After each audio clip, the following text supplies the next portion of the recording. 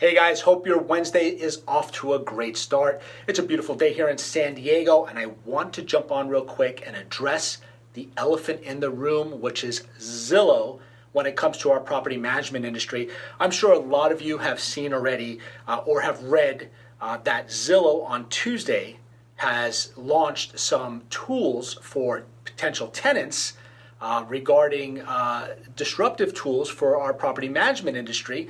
And I've seen a lot of property managers lose their mind over what's going on with Zillow. So I thought I'd jump on real quick and just kind of take a stab at it, give you my personal opinion, hopefully get some responses from you in regards to how you feel about Zillow entering the rental industry and the property management industry per se.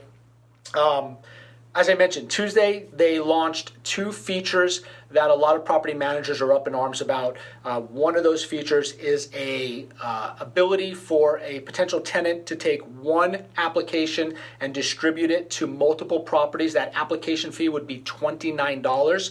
The other thing that they're going to be offering is for potential tenants to pay online for their rent. So these are two things as property managers, most property managers offer through their company. So I can understand there being some concern about, Zillow slowly getting in, easing their way into the rental property management industry by offering those two tools for potential tenants.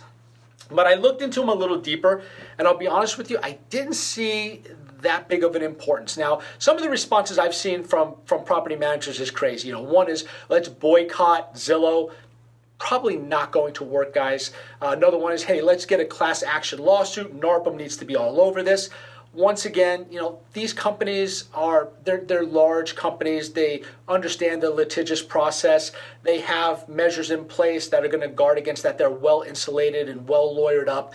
Odds are that's probably not going to be the best course of action. Just on a side note, if you didn't know, companies like Yelp, with all their concerns about their review process, they have been sued tens of thousands of times, and not once have they lost a lawsuit. So just imagine when you're talking about like Redfin and Zillow and these large companies, they're very well insulated. They're very, very well lawyered up. That's probably not the best course of action.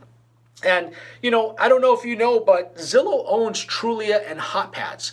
So most of us as property managers, when we syndicate our rentals to third-party sites such as Zillow, HotPads, and Trulia, we're giving them the ammunition, basically, the inventory to then, put out there for potential tenants to see. So there is an aspect of that we're playing kind of right into their hands. But getting back to my original point, how disruptive is their initial launching of these two different these two different tools? And I looked at it, and for the state of California, I really didn't feel like they were that disruptive. Now, I'm not saying that as this progresses, it won't be disruptive, because if you ask our real estate friends, they're dealing with some issues on the real estate side that I potentially see coming our way. But for right now, the application fee is for units under 50 units. So if you have an apartment complex under 50 units, this would be applicable for you. $29 fee, and then they could distribute that out to multiple properties. So from the state of California, we have a cap on how much we can charge. Hey, Candace, thanks for joining us. I appreciate it. Hope you get some value out of this. We're talking about Zillow, and if you've got anything to add, definitely put a comment in there and I'll address it. So for the state of California, we have a cap right now that's $49.21 that we can charge to a potential tenant for an application fee. Now that's the highest point. Most property managers don't go that high. They want to stay competitive. So they're right around that $35 number. So if we took into consideration that a potential tenant went through Zillow and used their $29 fee and then wanted to put that application forward on one of your properties, and once again, we're in California, we charge here in San Diego, we have our application fee as well as an admin fee to process that application, which you need to disclose on your website. So we disclose our application fee and our admin fee. There would still be room in there for us to put our admin fee on top of that $29 fee and still make money per se from an application.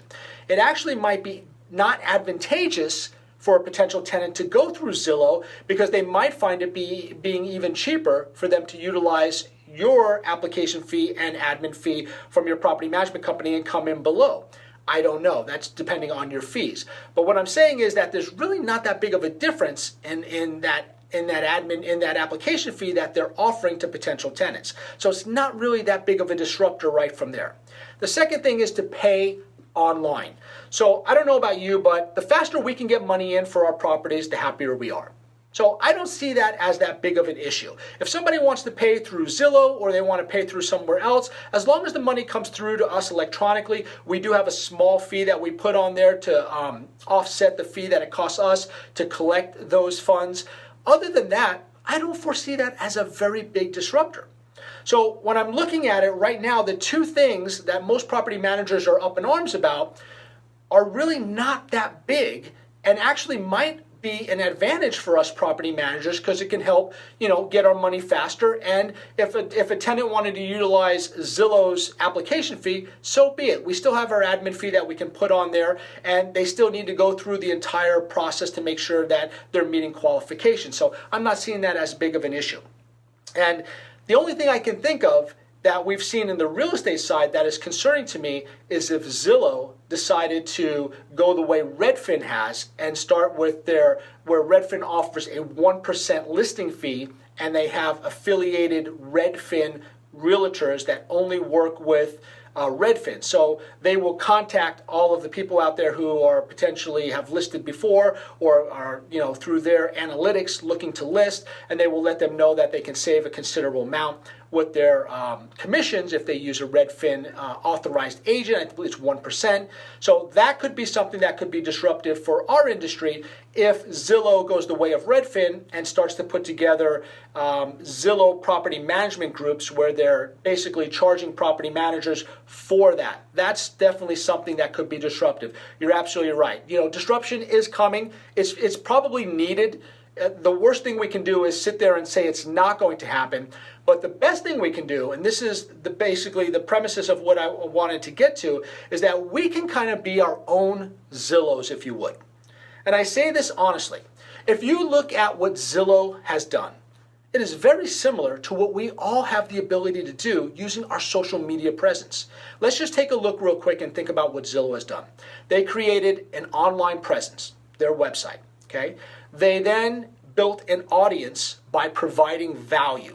Okay, the Zestimate, I know everybody hates it, but it's out there and people do look at it and rely on it. And the rent Zestimate as well, people look at that as well. So they are providing value. Then they monetized that audience.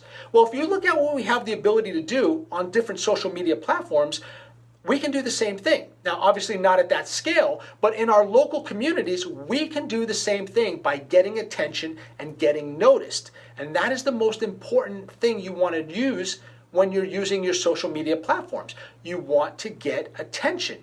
You want to become noticed. You want to break the chains of obscurity. You want to do the same thing in a microcosm as Zillow has done by having your online presence, creating an audience and providing value to that audience, and then monetizing that audience just like Zillow has done. So we all have the ability to take a page from Zillow and do the same thing in our immediate markets. Now, some of us choose not to. Some of us think that maybe social media marketing is not a way to go. But if you look at all the disruptors, if you look at the Zillows, the Redfins, and if you go outside of real estate and you look at the Ubers and you look at companies that have disrupted, they've taken something that has remained dormant for so many years, the same old, and they've just made a little tweak here and there, created an audience, and then they fed that audience.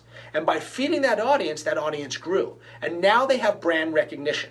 Now, a lot of us think, well, I've got brand recognition too. My company is such and such Atlanta, or such and such, Tucson, or even me here in San Diego Premier Property Management. The truth, guys, is our brands are really not that important. We may think they are, but most people really don't recognize our property management company's brands.